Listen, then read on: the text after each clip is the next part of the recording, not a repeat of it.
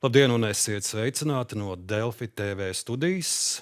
Mācību gads daudziem jauniešiem noslēdzies, un šis ir brīdis, kad mūsu jaunā paudze veids svarīgu izšķiršanos, kādu izglītības un profesionālo ceļu iet nākotnē. Mūsu diskusijas virstēma ir profesionālā izglītība, otrā izvēle vai Latvijas nākotnes pamats. Un jau šajā nosaukumā mēs apzināti esam iekļāvuši vienu no stereotipiem, ka profesionālajās skolās mācās jaunieši ar zemāku zināšanu līmeni. Saskaņā ar aptaujas datiem tā domā gandrīz pusi Latvijas iedzīvotāji. Un otrs svarīgs stāsts, kā samērot jauniešu un valsts ekonomiskās intereses. Aptaujas rāda, ka daudziem pirmā nākotnes izvēle ir radošās industrijas profesijas, piemēram, dziedāšana, aktiermāksla, dizains, arī influenceru karjera, skaistumkopšana, sports. Bet šo jomu devums Latvijas tautsaimniecībā ir salīdzinoši mazs. Apstrādes, rūpniecība, transports, loģistika, enerģētika, kokrūpniecība, nozares, kas ir Latvijas ekonomikas balsts, šīs nav starp pirmajām izvēlēm jauniešu vidū. Un arvien biežāk izskan jautājums, kas veidos mūsu darba tirgu nākotnē un kā nodrošināt kvalificētu speciālistu pieejamību, lai gan profesionālā izglītība Latvijā tiek uzskatīta par būtisku ekonomikas attīstībai un darba tirgus vajadzību nodrošināšanai. Sabiedrībā joprojām saglabājas dažādi stereotipi par tās prestižu. Šobrīd iepazīstināšu ar mūsu šīs dienas diskusijas dalībniekiem. Diāna Švalgina, Valsts izglītības satura centra izglītības satura departamenta direktore. Diāna, sveiki. Labdien. Kaspars Gorkšs, Latvijas darbdevēju konfederācijas ģenerāldirektors. Labdien. Sveiki. Solveiga Keiste, Rīgas valsts tehnikuma karjeras izglītības speciālists. Labdien, Solveiga. Labdien. Attālināti mums pievienojas arī Nils Saks Konstantīnos, pusauģu psihoterapijas speciālists. Labdien, Nil. Labdien. Un arī Juris Markelevičs, Scania Latvija, Rīgas servisa vadītājs. Juris, sveicināti. Labdien. Ievadam varbūt, lai mums uzreiz ir kur atspērties dažas tēzes no pētījuma salīdzinoši nesen veikta par profesionālo izglītību Latvijā. Profesionālā izglītībai Latvijā ir reputācijas, nevis kvalitātes problēmas, lai gan 64% iedzīvotāji uzskata, ka Latvijas ekonomikai ir nepieciešams vairāk profesionālās izglītības absolventu, un 60% piekrīt, ka profesionālās profesijas ir pieprasītas darba tirgū. 51% profesionālo izglītību joprojām uztver kā rezerves variantu, nevis pirmo izvēli. Arī stereotips par vājāko skolēnu izvēli joprojām ir ļoti aktuāls. 46% Latvijas iedzīvotāji piekrīt apgalvojumam, ka profesionālajās skolās biežāk mācās skolēni ar vājākām sekmēm.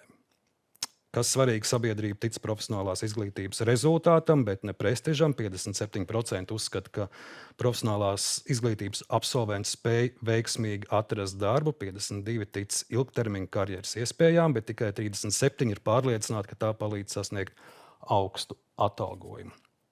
Par vecākiem vecāku lēmumus pieņem pragmatiski, nevis balstoties sabiedrības viedoklī, izvēloties bērnu izglītības ceļu. Kā svarīgākais faktors tiek norādīts bērna intereses un spējas, nākotnes darba iespējas. Un galvenais izaicinājums pārvērst profesionālo izglītību no rezerves varianta par pirmo izvēli. Pētījums parāda paradoksu. Profesionālā izglītība tiek uzskatīta par nepieciešamu ekonomikai, tomēr tās sociālais prestižs joprojām būtiski atpaliek no tās faktiskās vērtības. Šeit arī viens interesants fragments no pētījuma, kas veikts 2025. gadā. Jauniešu intereses un realitāte, novērtētākās un pārvērtētākās profesijas. Te es minēju, ka liela interese šīm radošajām industrijām. Un blakus ir salīdzinājums, cik šīs nozares pienes procentāli iekšzemes koproduktā. Te arī populārākās nozares. Un augšā ir medicīna, veselība, māksla, dizains, arī sports, skaistumkopšana, kokrūpniecība, enerģētika, tekstilu izstrādājumu ražošana, lauksaimniecība. Tās ir jauniešu izvēles lejasdaļā. Es sāku šo sarunu uzrunājot Diānu jūs. Es pieļauju, ka jūs esat bijusi gandrīz katrā Latvijas profesionālās izglītības iestādē, no Liepājas līdz Daugavpilī. Kāds būtu jūsu pašnovērtējums par profesionālās izglītības iestādēm? to prestižu un to līmeni izglītības, kā tās sniedz jaunai paudzei? Jā, vispirms laikam es sākšu ar to, ka man jāsaka liels paldies par diskusiju, kā arvien vairāk mēs runājam par profesionālo izglītību, jo tas palīdz arī veidot kopumā tādu sabiedrības domu un viedokli par to, kāda ir profesionālā izglītība un kāds ir viņas mērķis un uzdevums.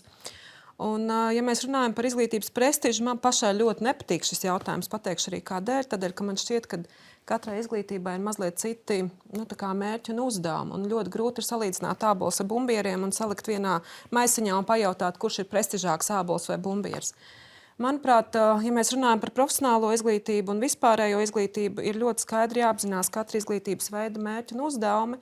Un patiesībā jau tas svarīgākais ir tas, lai tas jaunietis izvēlās to ceļu, kur viņš labāk jutīsies, kur viņš nākotnē vēlas arī strādāt un darboties. Jo varbūt, kad viens tāds maziņš tāds akmentiņš vispārējā izglītībā, tad man ir jājautā, cik prestiži ir, ka pēc vispārējās vidējās izglītības jaunietis nedara neko, piemēram, gan nedod studēt augstskolā, vai nedodas, vai viņam arī nav profesija, vai tad tas ir prestiži. Tā kā nedaudz atspēkojot un aizstāvot profesionālo izglītību, bija tas mans ievads.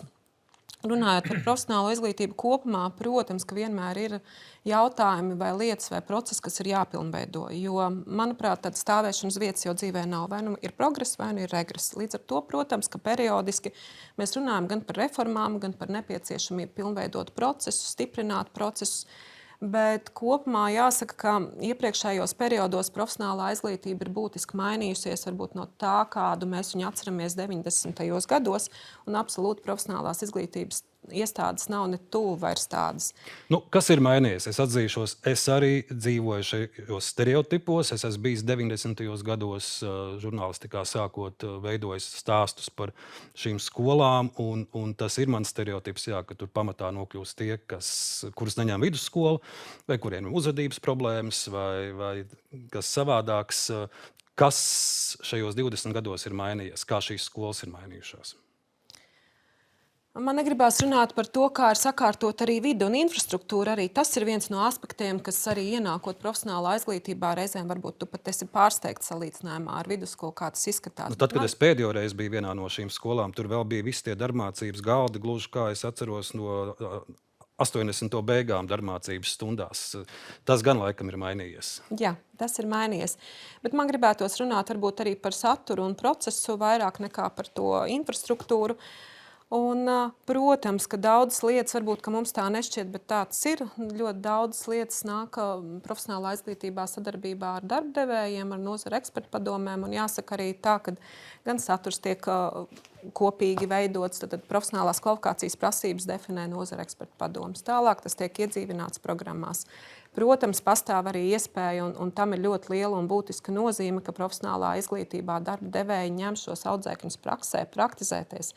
Jo jāsaka, ka kvalitatīva profesionālā izglītība bez sadarbības ar darba devējiem nekad nevarēs eksistēt un pastāvēt. Un tas ir tas, kur varbūt arī ir jāturpina strādāt, ir jāturpina stiprināt ciešākas sadarbības ar uzņēmumiem, palielinot īpatsvaru, ko jaunietis jau praktiski no pirmā kursa, no tā brīža, kad viņš iestājās profesionālā izglītībā, viņš daudz vairāk pavadītu tieši praktiskā darba vietā. Tas ir virziens, kur būtu jāstiprina. Bet kopumā, manuprāt, kolēģi arī no skolas puses un arī no darbdevēja konfederācijas puses varēs man papildināt vai precizēt.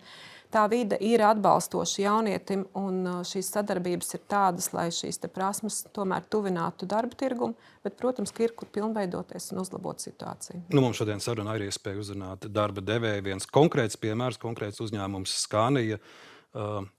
Cik gari ir jauniešu rinda, kas vēlas pie jums strādāt? Cik procentuāli ir tie vīri ar pieredzi, kas ir jūsu servisā, darbnīcās, un cik daudz tur ir jaunu cilvēku? Mums ir jauni cilvēki, paldies Dievam, jāsaka, bet tomēr lielākais īpatsvars ir ar cilvēkiem, kas ir vai nu gados, vai nu tāda vidēja vecuma griezumā, jo nav noslēpums, ka tirgu šobrīd pietrūkst kvalificētu mehāniķu. Un īstenībā ilgākus gadus strādājot šajā jomā, es redzu vairākos uzņēmumos tendence, diemžēl, joprojām līdzīga. Tieši mēs runājam par mehāniķiem vai tehniķiem. Un, tas attiecās ne tikai Rīga, bet arī mēs pārstāvam arī reģionus. Tad reģionu servisos arī situācija diezgan līdzīga. Un, ja mēs runājam arī par tehniskajām skolām, tehnikumiem, tad tā plūsma šobrīd, kas mums ir ar praktikantiem, viņa salīdzinoši arī vāja. Viņi, protams, mums ir, bet mēs varētu nodrošināt daudz lielāku. Šeit ir jautājums, kurā brīdī viņi izvēli izdara. Bet mūsu pusē mums ir iespēja gan tehniskie resursi, lai nodrošinātu kvalitatīvu praksi, mentoru pavadībā. Tā kā to mēs visu piekopjam, taču plūsma, kā es jau teicu, ir salīdzinoši vāja. Tam rezultāts ir tāds, ka, principā, ja mēs skatāmies kopsumā, tad mehāniķu komanda mums šeit vidējais vecums visu laiku pieaug pēdējā laikā. Un tas ir jau 50 un plus, tā kā aptuveni. Vidējais? Jā. Tik liels nav. Bet mums ir pārstāvēti gan 20, gan daudz 30, 40, diezgan liela daļa, ir arī 50. Ja mēs vidējo, mēs parasti katru gadu mēram vidējo, tad vidējais ir stipri pār 30. Jā. Ja mēs turpinām pie šiem stereotipiem, jā, arī man tas priekšstats par autoservisiem ir tāds, ka tur ir vīri eļainos stērpos un noticējuši kaut kādi eļļas plankumi, bet tajos servisos, kur es esmu bijis pēdējos pāris gados, tur man ir sajūta, ka tur ir tā kā kaut kāda IT laboratorija, tur pārsvarā datoriem viss notiek, un šīs lietas arī mainījušās. Jā, šeit man jāpiekrīt, ka no vienas puses, protams, bez eļļas traipiem mēs arī neiztiekam, jo eļļa tur ir, un viņi ir jānomaina, un kaut kur ir jāsavāc, bet mēs to darām ekoloģiski. Taču mūsdienās, ja mēs skatāmies un salīdzinām, kā bija iepriekš, arī mehāniķa darbs nav vienkārši tā kā kādreiz bija nodiagnosticēt transporta līdzeklī, tad attiecīgi nomainīt, noņemt sabojāto rezerves daļu vietā, uzskrūvēt jaunu, un tas ir viss. Mūsdienās klāt nāk visu laiku tehnoloģijas, kas attīstās. Ļoti daudz ir digitālie rīki dažādi, kas vienlaicīgi jāizmanto mehāniķim. Līdz ar to viņam savādāk jādomā, un digitalizācija mūs pārņem ar katru gadu arvien vairāk. Līdz ar to speciālisti, kas būs speciālisti savā jomā un izmantos šos te visus digitālos rīkus, būs izpratne par šo te visu, būs nepieciešami vienmēr. Un kamēr būs tehnoloģijas, viņas būs vienmēr, tad viņi būs vajadzīgi tirgu un mums viņi pietrūkst. Vēl īsi ēnu dienas, tā ir lieliska iespēja daudziem jauniešiem. Es zinu savus kolēģus, kuriem tieši ēnu dienas ir palīdzējuši izdarīt izvēli karjerā un profesijā. Mēdī, tās studijas portāli, viņas ir pārpildītas ar jauniešiem ēnu dienā. Kā ir ar jūsu un jūsu līdzīgiem uzņēmumiem? Ir interese arī par šādu tehnisku darbu? Jā, viennozīmīgi ir. Ēnu dienās mēs uzņemam jaunos gribētājus uzzināt kaut ko vairāk par mūsu sfēru, taču mūsu iespēja ir īstenībā apkalpot lielāku plūsmu. Tā kā viņi ir, bet varētu būt arī vairāk. Jāsaka tā. Ja mēs runājam par tiem pašiem prakses iespējām, tad tie prakses praktikanti, kas nāk mums gan uz īso, gan uz garo praksi, tad viņiem mēs pārsvarā nodrošinām ļoti labu mentoringu, cik viņi strādā pieredzējuši mehāniķu uzraudzībā. Viņi tiek apmācīti. Mums ir mācību klase, kur mēs izmantojam arī teorētiskās zināšanas dodot. Un, protams, cik mēs esam starptautisks uzņēmums, mums bija iespēja arī iedot arī šo te pasaules praksi un zināšanas, kas varbūt nevienmēr lokāli ir. Vēl ar darba devējiem turpinot, kas par tas, ko mēs redzam jauniešu aptaujās, žurnālisti, dziedātāji, aktieri, arī sportisti daudz grib būt, bet arī tā sportista karjera reiz beidzas. Jūs esat piemērs, ka dzīve turpinās arī pēc sportista karjeras, bet kā jūs vispār, kā darba devēji pārstāvs raugaties uz profesionālo izglītību Latvijā un tās pienesumu saimniecībai?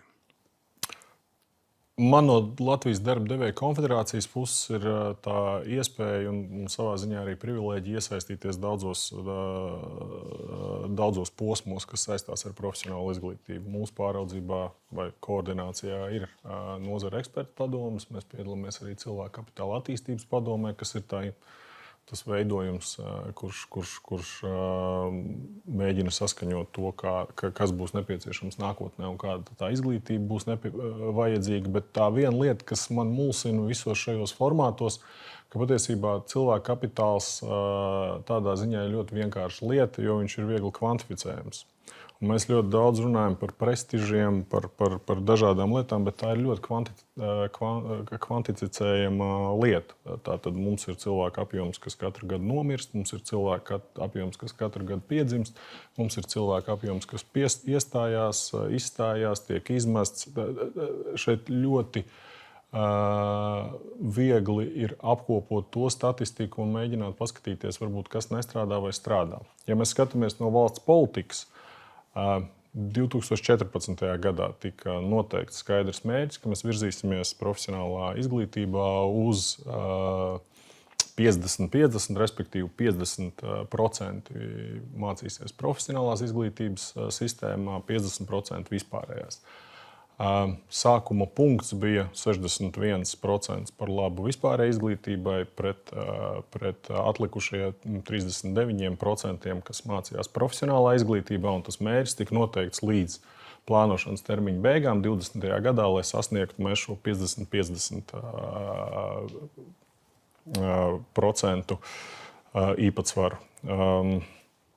Protams, ka mēs viņu nesasniedzām. Tālāk sekoja nākamais plānošanas periods, kas ir jau 21. līdz 27. gads, kur jau mēs samazinājām mazliet tās savas ambīcijas, bet tik un tā, tas 27. gads bija tas gads, kurā mēs vēlētos sasniegt šo te proporciju 50% pret 50% profesionālā un vispārējā izglītībā. Tas, kas faktiski ir noticis datos, mēs redzam, ka mēs esam sliktākā situācijā, kā tas bija 14. gadā. Tātad šobrīd mēs esam 36% profesionālā izglītībā pret atlikušiem šajā te vispārējā izglītībā. Līdz ar to mums ir jāsaprot, ka kaut kas... Jums tas par savs skaidrojums, kādēļ jaunieši tik aktīvi neizvēlās šīs profesionālās skolas? Es domāju, ka sākot ar šo statistikas apkopojumu, tad ir jāskatās pirmkārt, ko mēs darām, un vai tas strādā, vai tas nestrādā. Profesionālā izglītība katru gadu valsts budžetā, man liekas, aptuveni 108 miljonu eiro, plus Eiropas fonda finansējums kopā 7 gadu ciklam 87 miljonu eiro. Tātad var diskutēt, liels finansējums, pietiekams, nepietiekams, bet tas finansējums ir.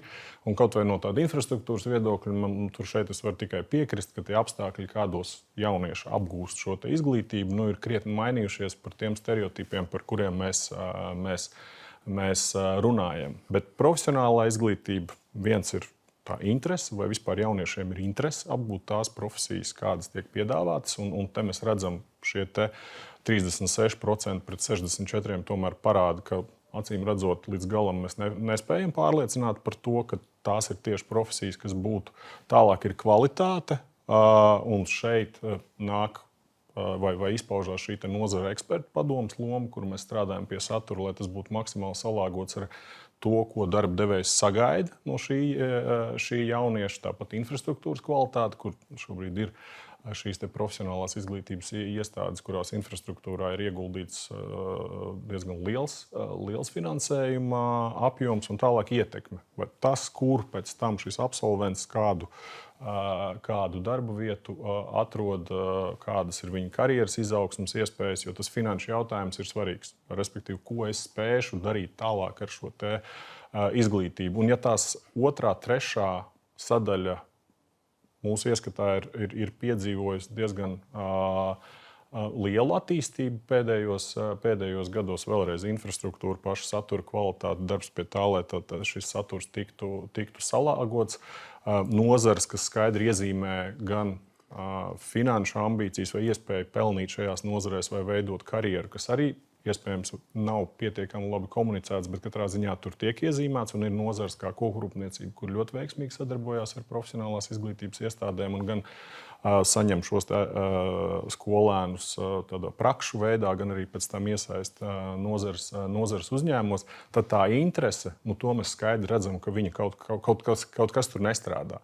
Līdz ar to es domāju, ka ir jāskatās un jāatbalsta. Kas par jūsu piemērs? Jūs pusauģu gados jaunībā jums arī bija izvēle iet kaut kādu profesionālo ceļu, apgūt kādu profesiju, vai sports tā bija visu jūsu pasauli, un jūs bijāt domājuši, ka sports tas ir kā teikt, darbs uz mūžu? Nē, manā gadījumā, bet tā bija lielā mērā mana vecāka ietekme, ka sports bija mans sapnis, taču man vienmēr bija svarīgi drošības pilvens, kas būtu izglītība, kas notiktu, ja es, piemēram, neiekļūtu tajā 0,5% klāstā, kas kļūst par profesionāliem sportistiem un spēja kaut kādu dzīves posmu nodrošināt sev iztiks līdzekļus. Līdz ar to varētu teikt, ka es biju tās pietiekami prātīgs jaunietis.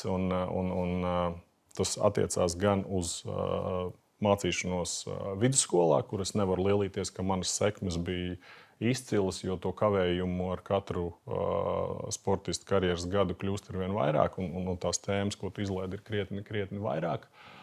Un tāpat arī pirmais mans solis bija tieši augstākā izglītība, jo es sapratu, ka ar vienu vēl es nezinu, vai es kļūšu par profesionālu sportistu vai nē. Un profesionāls sportists Latvijā, es domāju, pelna krietni mazāk kā, es nezinu, šofers vai labs mehāniķis. Es pieļauju, ka viņiem ir daudz lielāka iespēja nopelnīt labāk, kā esot profesionālam sportistam Latvijā. Līdz ar to pirms es spēru savus lielos jau starptautisku soļus starptautiskā sporta arēnā, tad vienmēr man bija vajadzīgs tas drošības pilvens, kas vienmēr bija vai nu izglītība vai papildus darbs. Un tas arī bija, jūs pieminējāt manu transformāciju pēc karjeras, tas arī bija mans pirmais glābšanas salmiņš pēc karjeras. Jo pirmais, ko es izdarīju, es atjaunoju savas mācības, lai es kaut kā gūtu kādu ierakstu CV un arī kaut kādu pārliecību par saviem spēkiem un prasmēm. Sarunas turpinājumā iesaistīsim arī Nilu. Nils saka, Konstantīnos, Nil, tu ikdienā tiecies ar daudziem pusauģiem jauniešiem, un es pieļauju, varbūt kādreiz arī viņi tev ir vaicājuši padomu, kur mācīties tālāk, vidusskola, profesionālā izglītība. Katrs stāsts, protams, ir atšķirīgs, bet kāds, ja tev šādi jautājumi vaicātu šodien jaunietis, ko tu viņam atbildētu? Jā, tas ārkārtīgi atkarīgs no tā, kurš jaunietis un kāds jaunietis, jo daudziem no viņiem tiešām tā izdarīt pareizi izvēli par skolu nozīmē izdarīt pareizi izvēli par to, cik viņš labi jūtās un dzīvos tālāk, un cik viņš vispār veiksmīgi vai neveiksmīgi pabeigs to savu skološanās karjeru. Un līdz ar to tas lēmums ir diezgan svarīgs. Es te daudz dzirdu, ka runājam par šo reputāciju.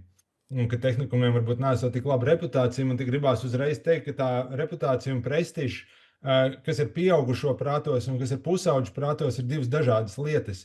Un pusauģiem galīgi nešķiet prestiži tas, kas viņu vecākiem vai citiem sabiedrībā šķiet un otrādāk.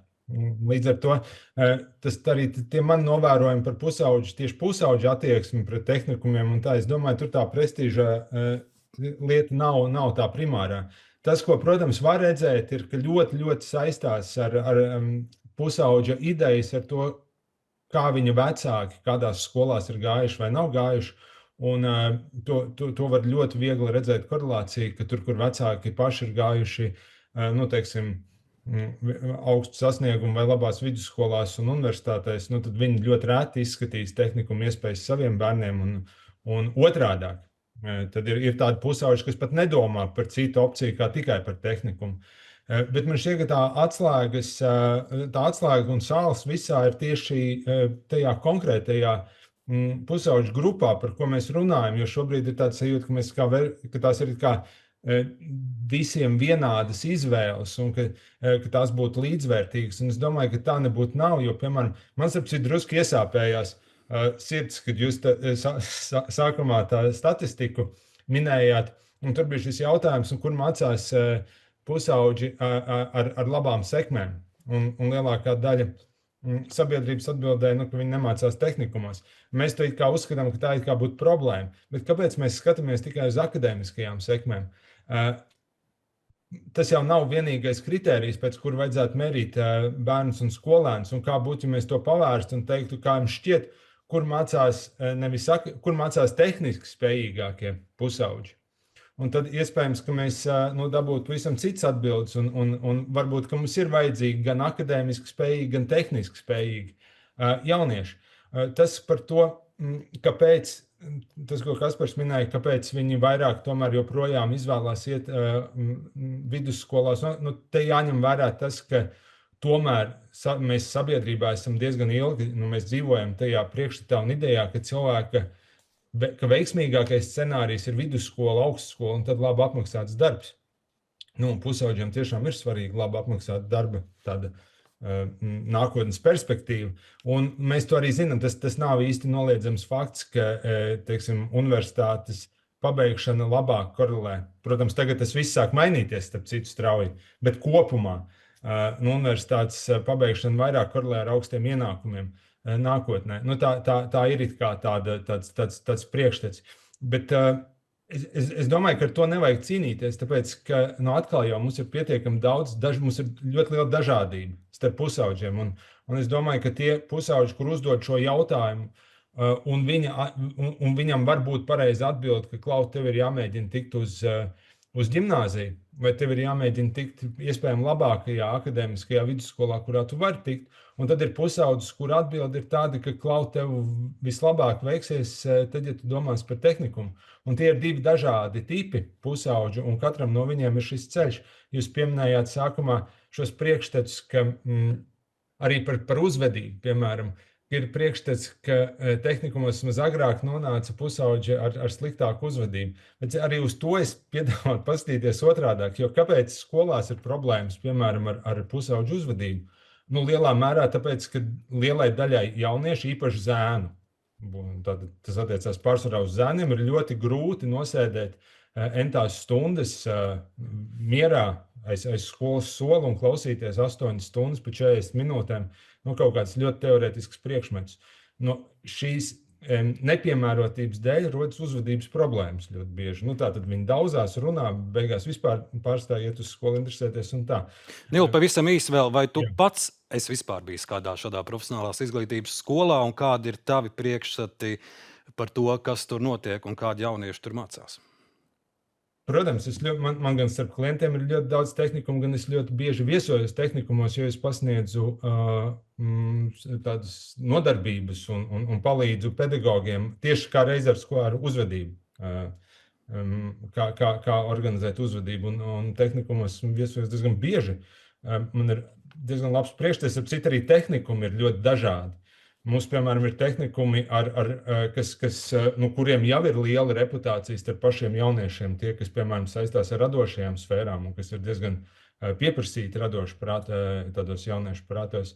Un ir atkal ļoti tehniski tehnikumi, un ir tehnikumi, kuru pulcē arī jau specifisku tādu jauniešu grupas.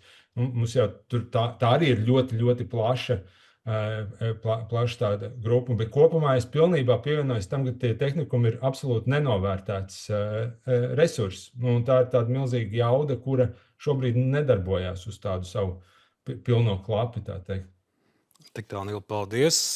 Solveika Ester, Rīgas valsts tehnikuma karjeras izglītības speciāliste. Jūs tehnikums ar ļoti garu vēsturi un tradīcijām. Kāds ir tas šodienas jaunietnes, kur jūs satiekat, kurš vēlas pie jums mācīties, un kāds ir viņa intereses par profesiju, kuras ir tās pieprasītākās? Man ir liels prieks šodien dalīties ar savu ikdienas darbu, jo es lielākoties karjeras konsultācijas tieši ir mērķis palīdzēt jaunietim tātad, atrast šo laimīgo ceļu un dažkārt varbūt arī saprast, ka tas, ko jūs pētījumā minējāt, vēlme būt radošam, sportot, tie bieži vien ir hobiji, caur kuriem viņš arī šo savu karjeras ceļu var pilnveidot, savukārt profesija, ar kuru mūsdienu jaunietnes vēlas pelnīt ātri un redzēt arī sava darba praktisko reālo rezultātu un būt konkurētspējīgs ar mākslīgo intelektu. Un šobrīd profesionālā izglītība absolūti nodrošina to, un man ir prieks, ka mēs sadarbojamies ar darba devējiem, un šīs praktiskās nodarbības ar vienu ir tādas interaktīvākas, kur var parādīt jaunietim šo darba pusi, un viņš redz to savu nākotnes vīziju. Un, piemēram, tikko mūsu sadarbība ar uzņēmumu Scania, kad atbrauc lielais auto, tur ir gan šī zaļā kursa pieeja redzama, gan darba devēja informētība par to, kāda ir algu kategorija, kādas prasmes ir nepieciešamas. visi iepriekš minētie stereotipi patiesi, manuprāt, vairāk valda vecāku, un karjeras atbalsts iespējams ir tieši vairāk jāveic karjeras konsultācijas vecākiem, un mēs to arī darām, jo šobrīd tehnikumā jaunieši, kas nāk, tā interese ir patiesi liela, un automehāniķos ir pat konkurss 8 un 7 un vairāk jauniešu uz vienu vietu. Jā, ir profesijas, protams, kuras ir varbūt mazāk informēta sabiedrība. Lai saprastu tās jauniešu interesētāti, kuras ir šobrīd tieši jūsu tehnikumā pieprasītākās. Visas IT profesijas, tātad tas, ko jūs minējat, loģistika, viss tas, kas arī mūsu Latvijai ir nepieciešams. Visas šīs profesijas īstenībā ir diezgan ar lielu interesi tieši no jauniešu puses. Un es tāpēc par šiem datiem tā šaubīgi domāju, ka varbūt tas ir kaut kāds pētījums, kur šie jautājumi jauniešiem tika formulēti, tā nevienmēr viņi to saista ar savu karjeras izvēli.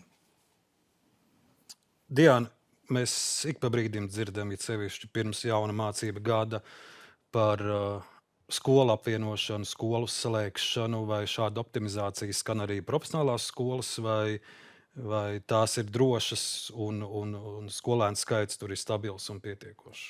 Jāsaka tā, ka pēdējos gados arī runājot par profesionālās izglītības vietām, tas vietu skaits ir diezgan arī nemainīgs. Un arī tam, ko Kaspars pieminēja, skaidrs, kad ir arī, kāpēc mēs varbūt to mērķi nesasniedzam, jo finansējums arī ietekmē šo situāciju.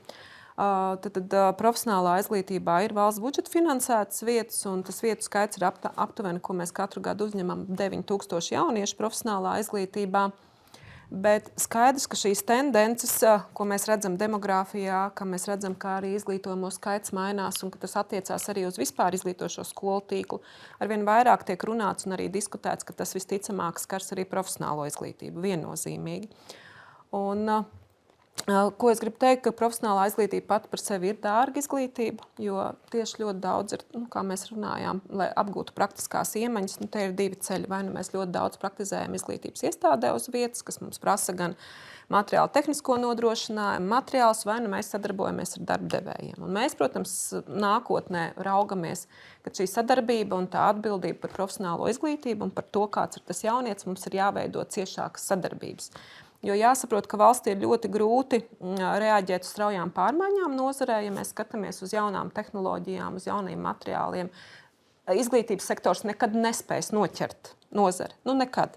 Tas mums ir jāatzīst, un man liekas, ka pie tā arī jāpieturās, un tādēļ mums ir vajadzīgs šīs stiprākas sadarbības. Ja mēs runājam par skolu tīklu, visticamāk arī profesionālās izglītības skolu tīklam būs jāmainās. Un mēs arvien vairāk runājam par konkrētām specializācijām, jo vieglāk ir vienā iestādē vai infrastruktūrā paņemt kādu noteiktu virzienu, stiprināt viņu. Bet es domāju, ka jā, profesionālā izglītība ir zināmā tādu pārmaiņu priekšā. Jā. Mākslīgais intelekts, kā tas izmaina šobrīd vai izmainīs tās profesijas, kas būs vajadzīgas pēc 5 gadiem un gluži pretēji, pēc kurām pieprasījumi vairs nebūs. Vien brīdi bija šis vilnis uz IT jomām. Tagad mēs redzam, ka ir daudz uzņēmumu, kuri atlaiž savus IT darbiniekus, jo mākslīgais intelekts tās pamatlietas jau var izdarīt pats bez cilvēka tiešas ikdienas iesaistes. Kā šīs pārmaiņas ietekmēs profesionālo izglītību? Jā, mēs arī esam iekšēji. Mums nesen bija tāda, var teikt, resorta domnīca, kur mēs arī runājam par megatendencēm vai megatrendiem, kas arī ietekmē kopumā profesionālo izglītību.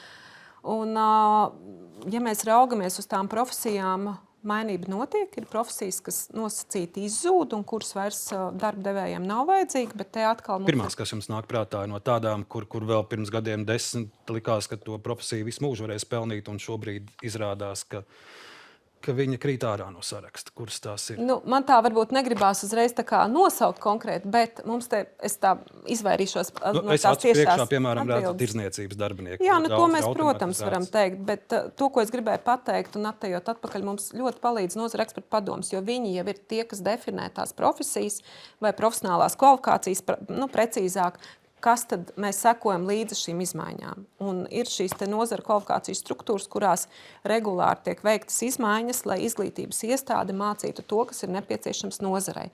Vai mēs vienmēr labi tiekam galā ar šo uzdevumu, vai mēs tik ātri tiekam galā, kā gribētos nozarēm, tas ir diskutabls jautājums. Bet mehānismi, kā mēs definējam šīs gan prasmes, gan profesijas, kas ir vajadzīgs, tādu mehānismu ir, un man liekas, ka tas ir ļoti vērtīgi.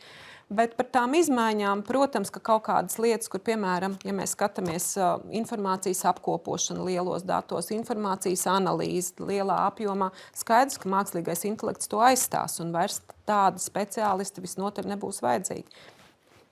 Es atkal Nilu iesaistīšu par tām jauniešu izvēlēm un kā mākslīgais intelekts mūsu dzīvi maina. Es kā piemēram minēšu savu jomu, piemēram, mēdīju. Es šobrīd redzu, ir jau dažās valstīs, kur ziņas vēl nelasa robots, bet, piemēram, laika ziņas, sporta ziņas jau to dara mākslīgā intelekta izveidots tēls, jo tur ir vienkārši dati, statistika, laika prognoze.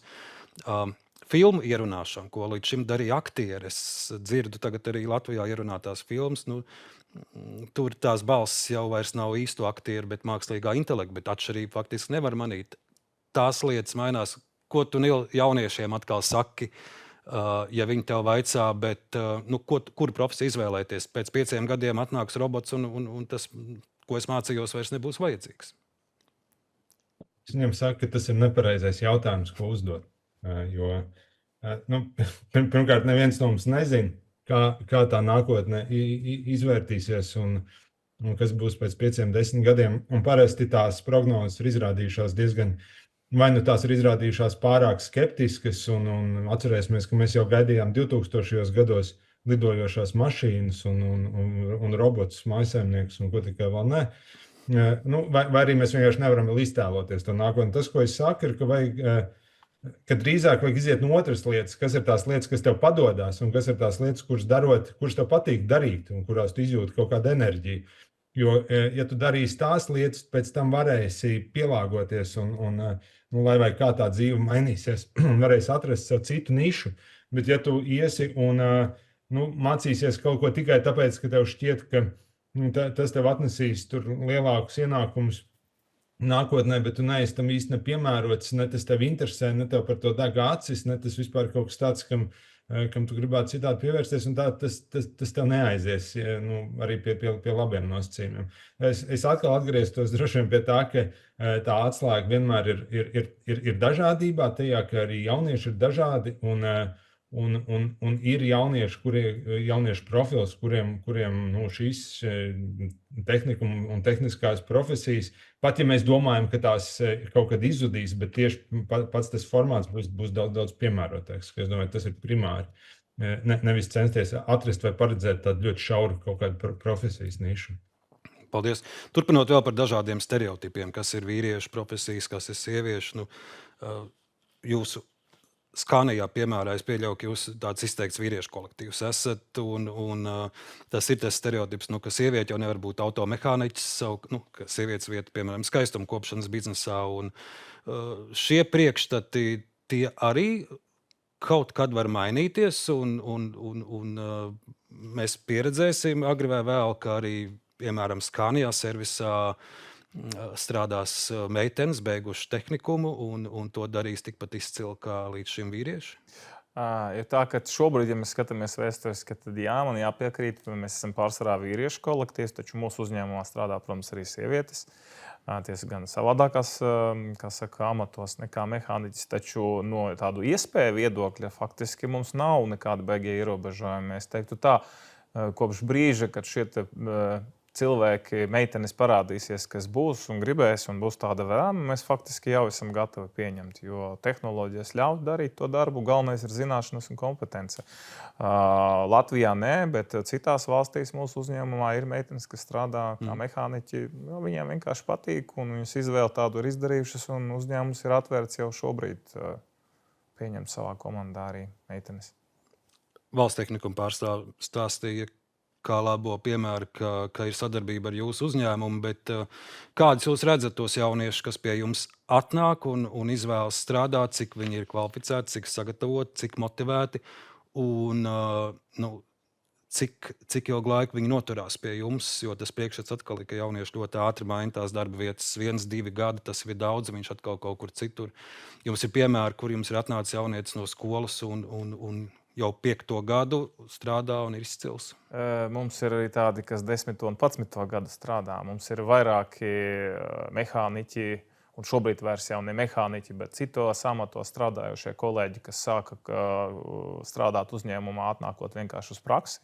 Tad paliekot strādājot ilgākus vai mazāk ilgākus gadus kā mehāniķis, un pat cik mūsu uzņēmums ir diezgan liels Latvijas mērogā, tad mēs arī atbalstam arī iekšējo izaugsmi. Un mums ir vairāk kolēģi, kas ir tieši pēc tehnikumiem, izejot cauri šai atlasei, sākot ar praksi, tad caur darba mehāniķa amatā, ir palikuši un strādā joprojām. Jā.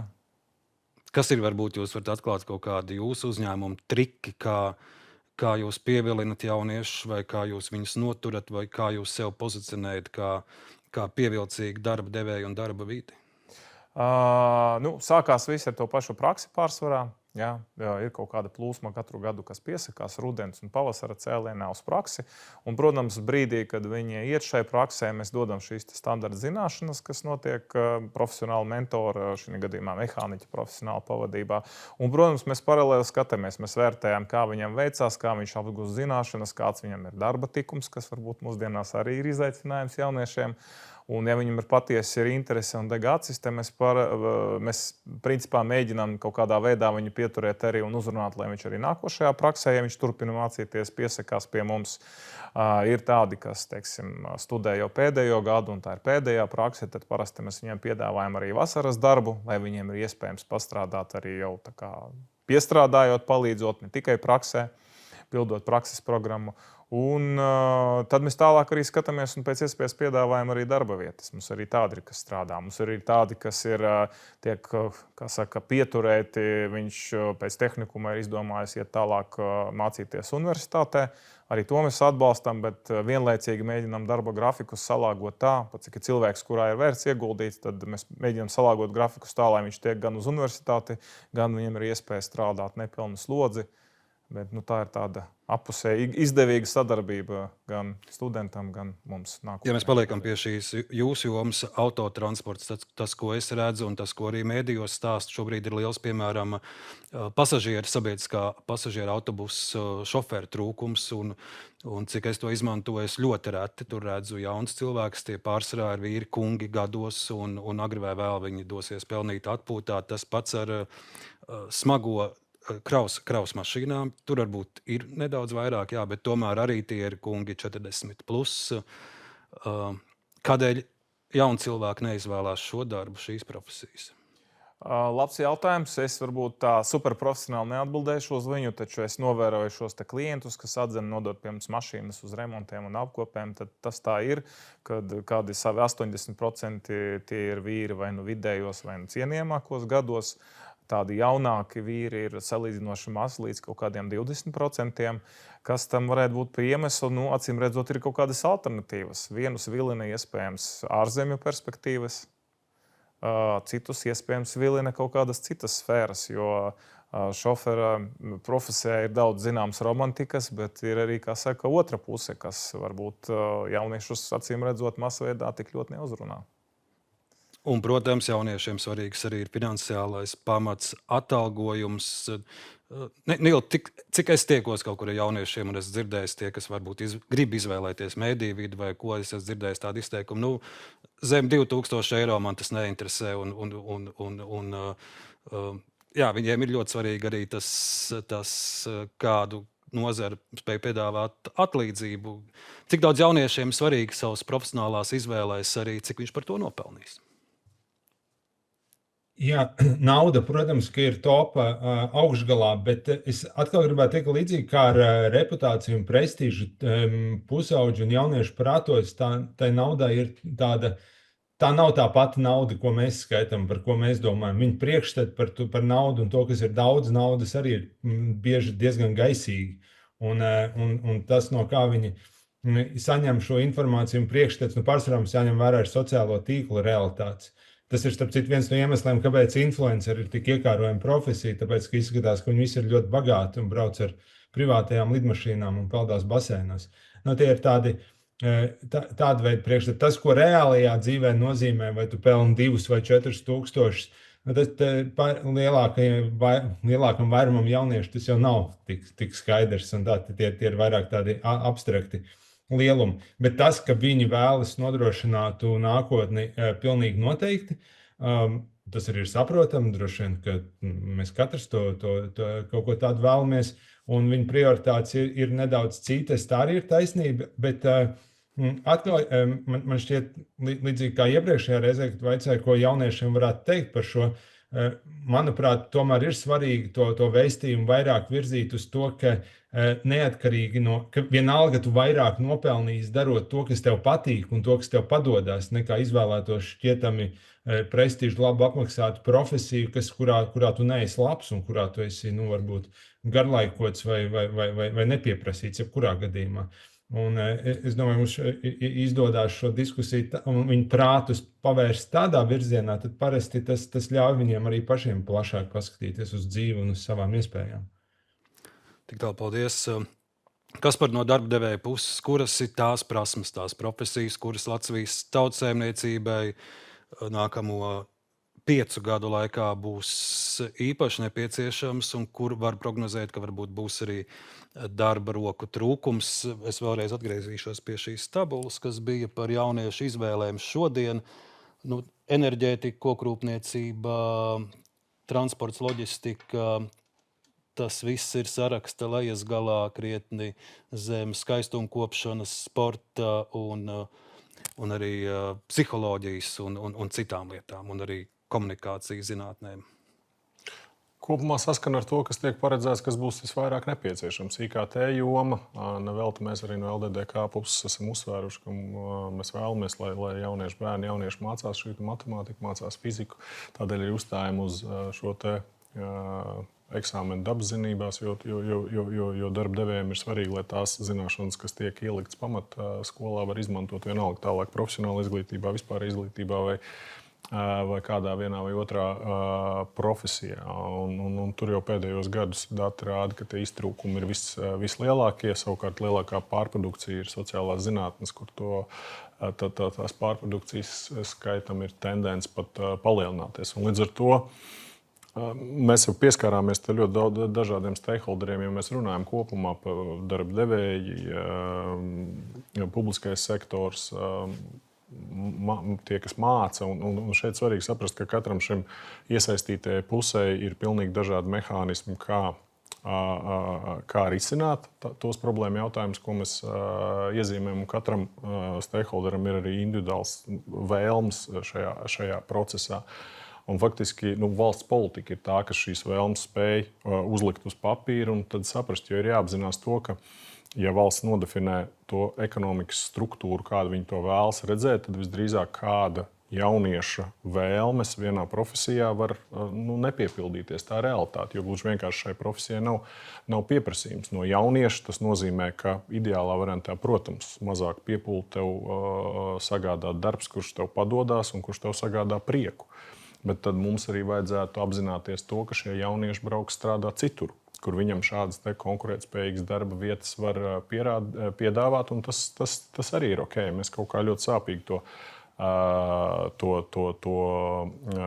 uzsveram. Un no darba devēja puses atkal mums ir svarīgi, lai šis jaunietis pēc iespējas ātrāk, veiksmīgāk var iesaistīties, pildīt tos darba pienākumus, kas ir nepieciešami. Respektīvi, lai viņu kvalifikācija atbilst tām prasībām, ko definē attiecīgā profesija. Kas par vēl no jauniešiem? Es dzirdēju, ka daudziem ir tā uzņēmība, ka es negribu strādāt kāda pakļautībā, es gribu pats savu biznesu, es gribu pats savu izdomāto lietu darīt. Jā, es varbūt kļūdīšos, jā, varbūt pirmajā reizē. Šis ir interesanti, jo dati jūs rādīja, ka uzņēmējdarbība ir ļoti populāra interešu joma jauniešiem, bet ja mēs skatāmies no tādu jaundibinātiem uzņēmumiem, tad mums viņi ir krietni mazāk nekā kaimiņu valstīs Igaunijā un Lietuvā. Līdz ar to visdrīzāk tā korelācija kaut kur pazūd procesā, un tā arī ir interesanta lieta, ko pastīties. Kādēļ, es nezinu, mums nav nenormāli plaukstoša sporta industrija jau entos gadus pār 10% jauniešu vēlas sev realizēt šajā profesijā. Un atkal mēs varam skatīties no profesionāla sportista viedokļa, bet tur jau ir daudz un dažādas šobrīd lietas, kur tu sportā sev var realizēt. Tā kā, piemēram, Stradiņu universitātē tā ir lieliski iespēja pārņemot LSPA, mēģināt no mūsu jauniešiem veidot augstākā ranga sporta datu analītiķus vai fizioterapeitus vai vēl kaut ko. Tā kā to tā arī nevar rēķināt. Bet tas, ka šobrīd mēs redzam šīs anomālijas, no tā, ko mēs rādām, kas būs nepieciešams tajā, ko mēs mācām un kas vēl beigās pabeidz un ko dara, tur viennozīmīgi nav tā saskanība. Un tas man vienmēr tiešām patīk skatīties šajā gadījumā uz datiem, un tur ir jāskatās, kādēļ mums ir, piemēram, profesionālā izglītībā šis 15–17% atbirums, kas ir liels atbirums. Tātad visdrīzāk šie jaunieši vai nesaņem to, ko viņi vēlas, vai viņi izvēlās kaut kādā veidā pārtraukt šīs mācības. Šis ir svarīgs punkts. Valsts izglītības satura centrs, jūs katru gadu izejat arī caur tām skolām, kur, piemēram, atbirums ir lielākais un kurās tajās nozarēs jūs analizējat šos datus, kādēļ jauniešiem neizdodas pabeigt šīs skolas vai kādēļ viņi negrib turpināt tur mācīties? Vispirms tādus datus analizē katra izglītības iestāde, jo tas ir viņu tāds tiešais pirmais pienākums skatīties līdzi arī šim te atbirumam un saprast šos iemeslus. Skaidrs, ka arī kopumā tiek vērtēti atbirumi iemesli un tiek analizētas situācijas, tie iemesli ir dažādi. Ir situācijas, ka profesionālā izglītībā kopumā ir arī stingrākas prasības noteikts pret nesekmību, pret mācību satura apguvi. Un, jāsaka tā, ka profesionālā izglītība nav tā, kas vilks līdz 4. kursam jaunieti vienalga, kā tev tur iet.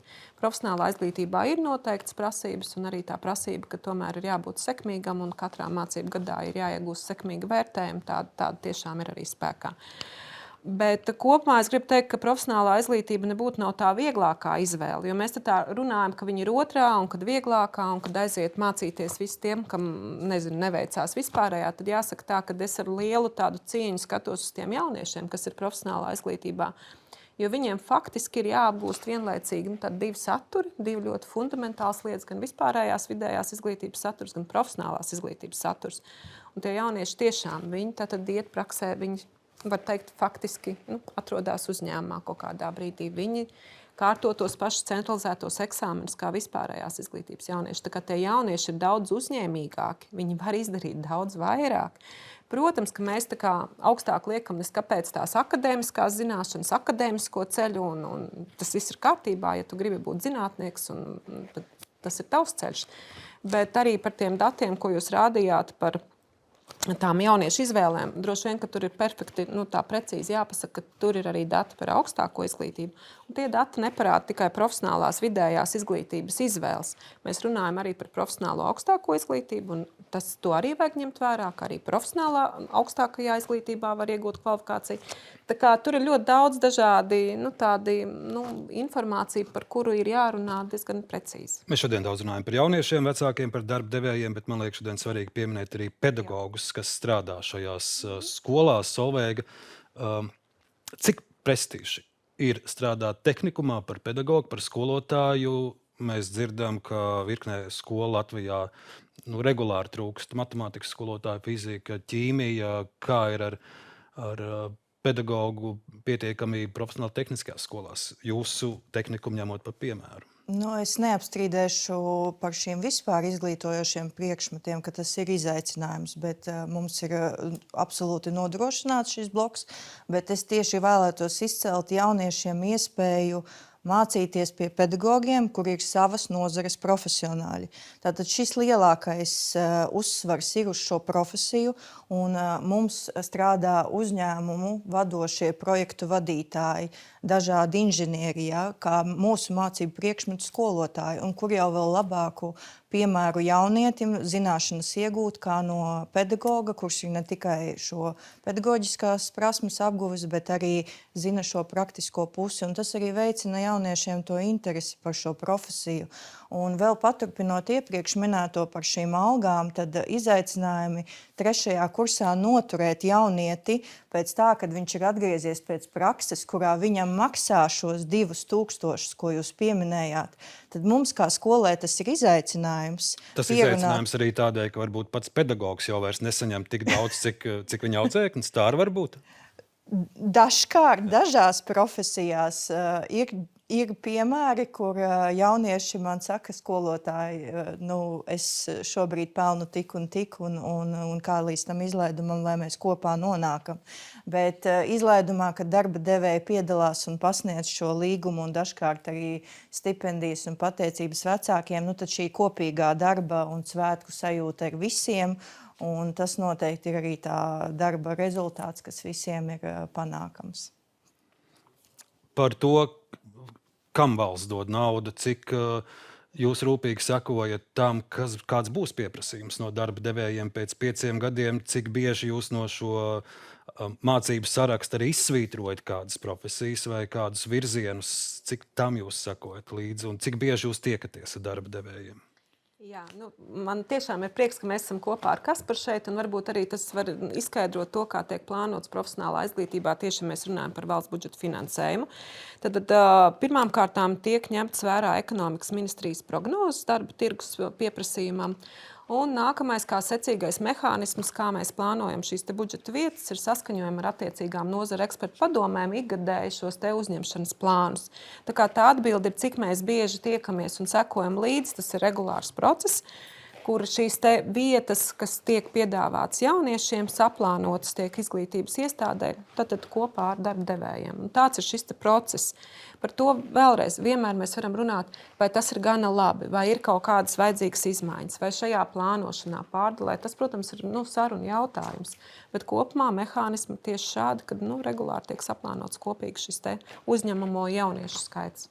Un vēl viens tās par Latvijas reģioniem. OECD pētījumā tika norādīts, ka ir būtisks atšķirības starp pilsētu un lauku reģionu jauniešiem, viņu iespējamiem sasniegumiem un iespējām arī nokļūt mācību vietās, cik tas ir problemātiski. Ir lielajos centros, Liepāja, Ventspils, Rēzekne, arī tehnikumi, kur ir arī labi novērtēti, bet vai šeit ir tas faktors arī, ka pilsētas jaunietim vienmēr tomēr būs lielākas iespējas nekā laukos dzīvojošiem? Es droši vien, ka nepateikšu neko jaunu. Tāda tendence vienmēr ir bijusi no laukiem uz lielpilsētām, un tas jau nav nekas tāds jauns, tagad šodien radies apstākļus vai situācija.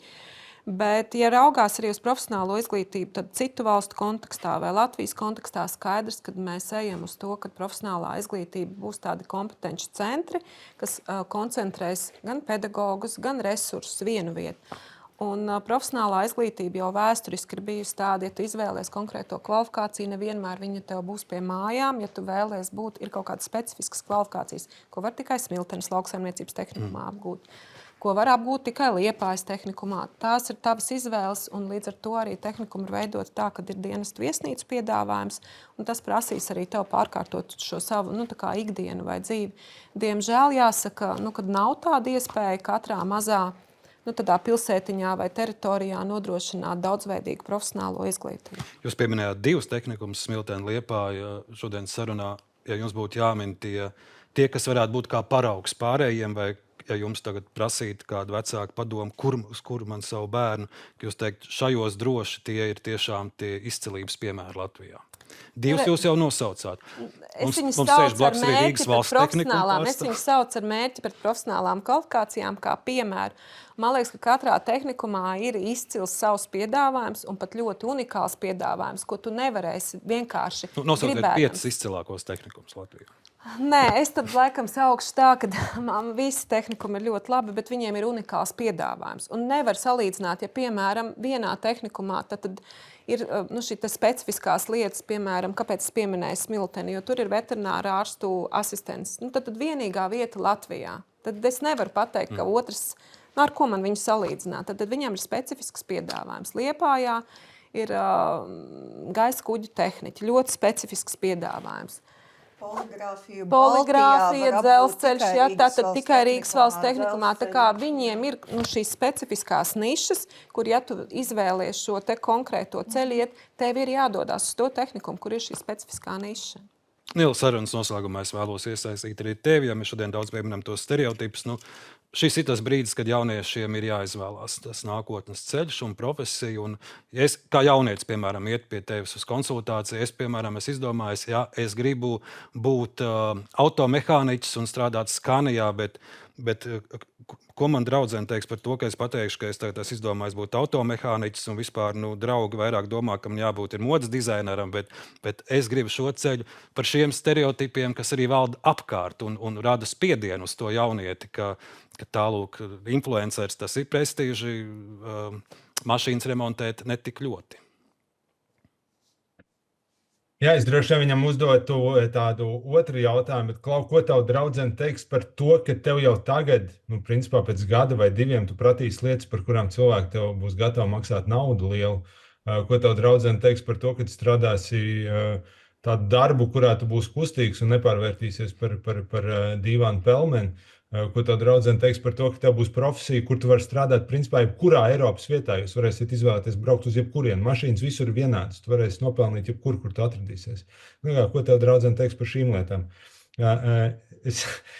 Un pats svarīgākais, es domāju, atgriezties pie tā, ka vai šī ir tā lieta, kuru tu gribi un varēsi darīt, un ja tu to gribi un varēsi darīt, tev ar to veiksies tieši tāpat kā ar jebko citu. Un domāju, ka mēs mierīgi tā arī varam iedrošināt tos, kuri šobrīd meklē savu ceļu.